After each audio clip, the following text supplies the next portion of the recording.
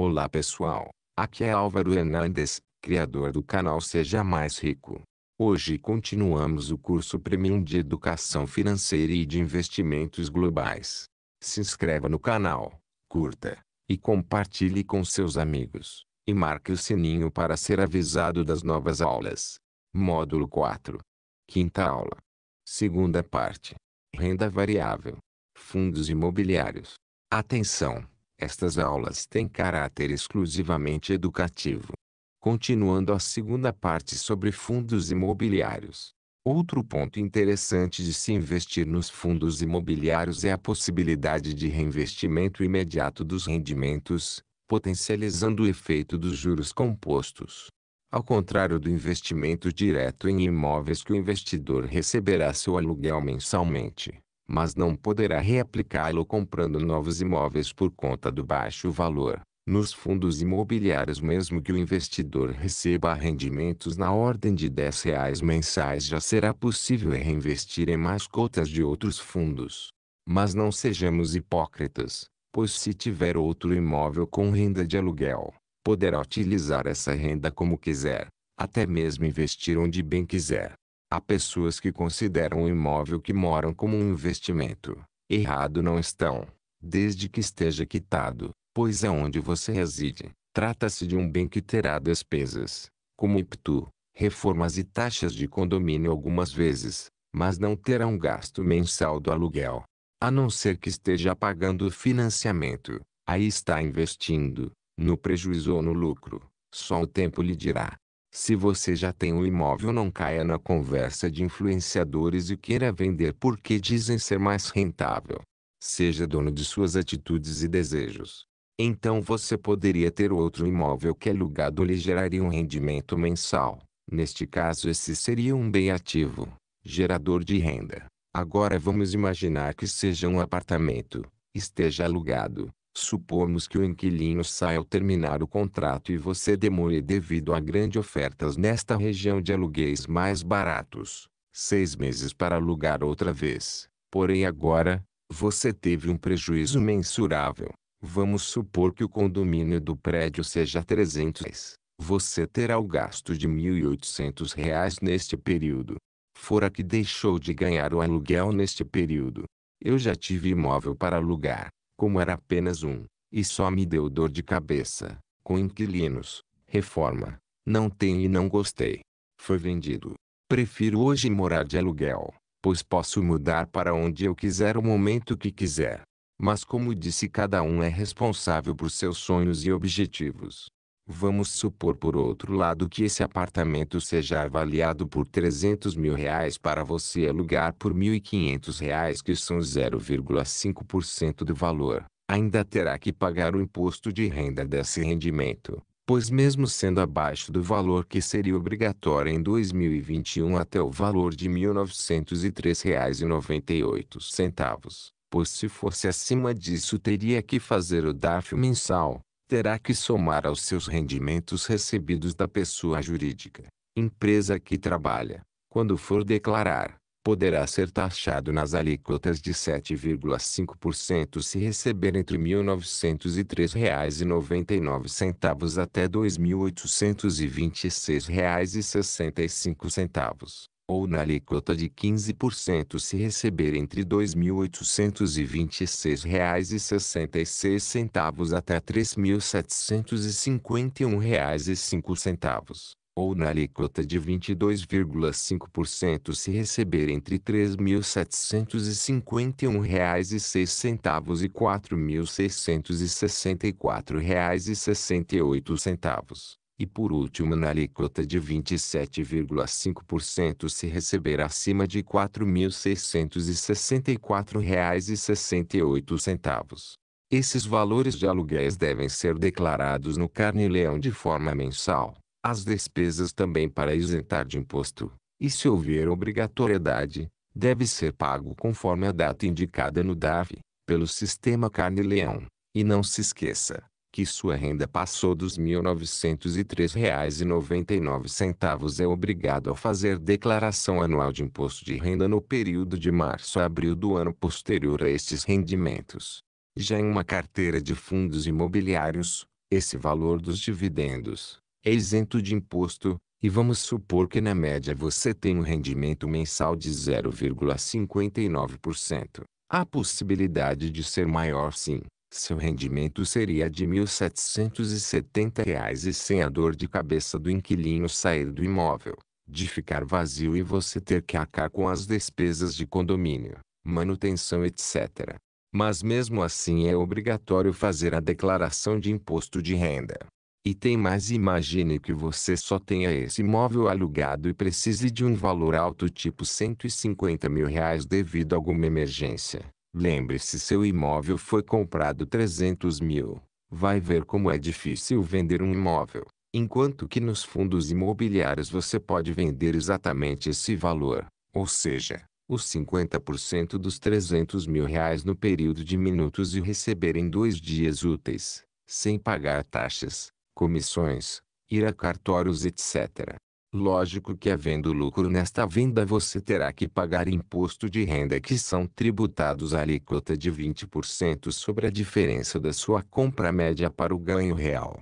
Exemplo, você comprou durante 3 anos essas cotas, uma vez a R$ 89 a segunda vez a R$ 110 e a última vez a R$ 130. Soma-se as três e divide pela quantidade que dá a média R$ 109,66. E hoje o preço atual que você vai vender essas cotas está em R$ 125. Para o valor de R$ 150.000 vão dar 1.200 cotas. Dessa forma você pagou por essas cotas da média o valor de R$ 131.592 que dá a diferença para os 150 mil vendidos, onde que apurado o lucro de R$ 18.408, onde você deverá pagar os 20% de imposto R$ 3.861,60. Vamos conhecer os tipos de fundos imobiliários. Os fundos de tijolo voltados para a renda, que são aqueles que compram empreendimentos já construídos, têm como objetivo explorar comercialmente o empreendimento e usufruir do fluxo de aluguéis provenientes dele. Os fundos podem ter como foco diversos tipos de empreendimentos, como lajes corporativas, hospitais, shoppings, ativos logísticos ou híbridos, como fundos de ativos mistos e fundos de fundos. Essa classe de ativos também está sujeita aos impactos e incertezas da economia real. Uma recessão econômica, por exemplo, pode facilmente afetar a taxa de ocupação do imóvel, elevando sua vacância, espaços vagos no edifício, reduzindo o preço do aluguel e, consequentemente, a rentabilidade do fundo. Da mesma forma, esses fundos podem ser muito beneficiados em ciclos de crescimento. Tanto a distribuição mensal de dividendos, quanto a valorização das cotas, dependem diretamente da taxa de vacância do empreendimento. Os fundos de escritórios e lajes corporativas são fundos que investem preponderantemente em ativos comerciais, como escritórios, salas comerciais e lajes corporativas em geral. Esses fundos podem deter um ou vários prédios, poucas ou muitas salas e lajes corporativas. Dessa forma, o fundo pode ser concentrado em apenas um ativo ou ser diversificado. Evidentemente, os fundos que detêm vários prédios e várias lajes corporativas são os mais diversificados e os que em tese possuem menor risco, já que estão menos vulneráveis às vacâncias drásticas, inadimplências integrais e possuem uma quantidade maior de inquilinos. Portanto, é interessante o investidor optar preferencialmente por fundos imobiliários diversificados, que possuem vários ativos, como forma de mitigar riscos, mas isso não significa que o investidor também não poderá ter cotas de um fundo imobiliário monoativo em seu portfólio.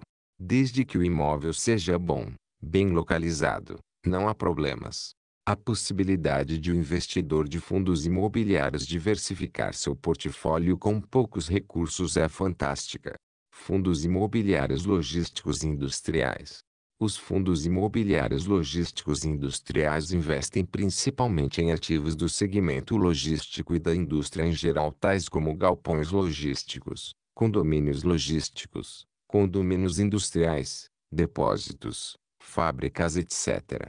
Estes fundos são boas opções para a formação da carteira do investidor, já que muitos destes fundos possuem ativos com contratos de longo prazo e contratos atípicos, diferenciados, que garantem maior estabilidade, em geral, aos cotistas. Fundos imobiliários de shopping e varejo. Fundos de shopping centers investem em participações de shoppings, e podem deter participação em um shopping ou vários shoppings. Fundos como HGBS 11 e FIX 11 investem em mais de um shopping e dessa forma são mais diversificados. Já fundos como PQDP 11 ou JRDM 11B investem em apenas um ativo e estão mais concentrados. A indústria de shopping centers no Brasil está em pleno crescimento, e embora esteja também vulnerável às crises econômicas, é um setor bastante resiliente. Através dos fundos imobiliários você pode se tornar sócio de shoppings consolidados e de alto padrão, como o Shopping Higienópolis, por exemplo, o qual é negociado pelo ticker, código de negociação na bolsa, de SHPH11. Já os fundos de varejo costumam investir em imóveis comerciais e lojas de rua, como imóveis locados para supermercados, lojas de varejo em geral, etc. O investidor que sempre desejou ter lojas alugadas, mas nunca teve condições financeiras, com os fundos imobiliários é possível fazer isto com pouco dinheiro. Fundos imobiliários de hospitais. Dentro dos fundos imobiliários, os fundos de hospitais que são detentores de imóveis alugados para hospitais. Temos poucos fundos nessa categoria, para ser mais preciso, apenas dois, o UNSDO 11 e o CRI 11. Ambos os imóveis localizados em São Paulo. Mas são monoativos. Risco é alto por falta de diversificação. A tendência é que no longo prazo mais opções de fundos imobiliários de hospitais surjam e o investidor tem opções ainda melhores. Fundos imobiliários educacionais. Fundos educacionais investem de forma preponderante em imóveis alugados para universidades e centros educacionais. Fundos imobiliários de desenvolvimento. Os fundos de desenvolvimento são um pouco diferentes dos fundos comuns e investem principalmente no desenvolvimento de projetos imobiliários residenciais para posterior venda. Estes fundos, portanto, não lucram através de aluguéis mensais como a grande maioria dos fundos, mas sim com as receitas provenientes das vendas destes imóveis. Os fundos imobiliários de desenvolvimento são bastante semelhantes às empresas de incorporação, com a diferença de que normalmente não operam alavancados e pagam dividendos maiores, com alto payout, seguindo a legislação dos fundos imobiliários. Fundos de títulos e valores mobiliários. A composição desses fundos costuma ser concentrada em certificados de recebíveis imobiliários CRI, que podem ser indexados a um índice de preços IPCA, IGPM, entre outros, ou pós-fixados, ou seja, atrelados ao CDI. Se forem indexados à inflação, o título estará sujeito a riscos de mercado, como expectativas e movimentos nos juros, inflação, e poderá reagir a essas oscilações. Há também o risco de crédito inerente a essa classe de FIIs. Quanto melhor for o perfil de risco dos devedores, títulos, e sua estrutura de garantias, mais conservador o fundo será e, consequentemente, menor o retorno esperado. Trata-se de títulos de renda fixa que pagam juros periódicos. Logo, o lucro desses fundos vem do recebimento desses juros e, eventualmente, da venda antecipada dos títulos. Fundos de recebíveis imobiliários e ativos de dívida imobiliária. Os fundos de recebíveis imobiliários e dívida imobiliária investem especialmente em ativos de crédito imobiliário, como CRIs, o CIS, dentre outros. Estes fundos podem ser boas opções para o investidor diversificar sua carteira e turbinar o seu retorno mensal, já que costumam pagar dividendos elevados. Fundos de fundos. Os fundos imobiliários de fundos imobiliários, como o próprio nome já diz, investem em outros fundos imobiliários e costumam ser uma boa opção para o investidor diversificar de forma expressiva sua carteira, além de reduzir custos e, por vezes, adquirir ativos com desconto. Imagine um fundo que investe em cotas de outros 15 fundos. Quais seriam os custos operacionais do pequeno investidor para comprar os mesmos 15 fundos e ter uma carteira similar? Provável que seriam custos elevados. No fundo de fundos, o investidor reduz essas despesas e compra apenas um fundo, que detém participações em outros inúmeros fundos. Há de se ressaltar, porém, que a carteira do fundo deve ser analisada profundamente, já que podem ter fundos de qualidade questionável dentro da carteira, além de que as decisões são tomadas pelo gestor, e assim, é melhor optar por um fundo de histórico positivo. Híbridos. Nesta classe, se enquadram os fundos que possuem uma carteira mista entre empreendimentos imobiliários, títulos imobiliários ou até mesmo cotas de outros FIIs.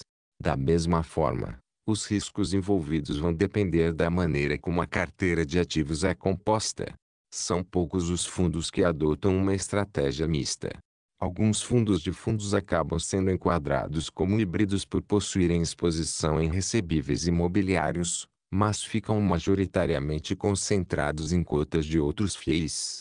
Por hoje terminamos esta aula. Na próxima veremos como escolher alguns fundos, caso queiras ser um investidor especulador. Atenção! Estas aulas têm caráter exclusivamente educativo.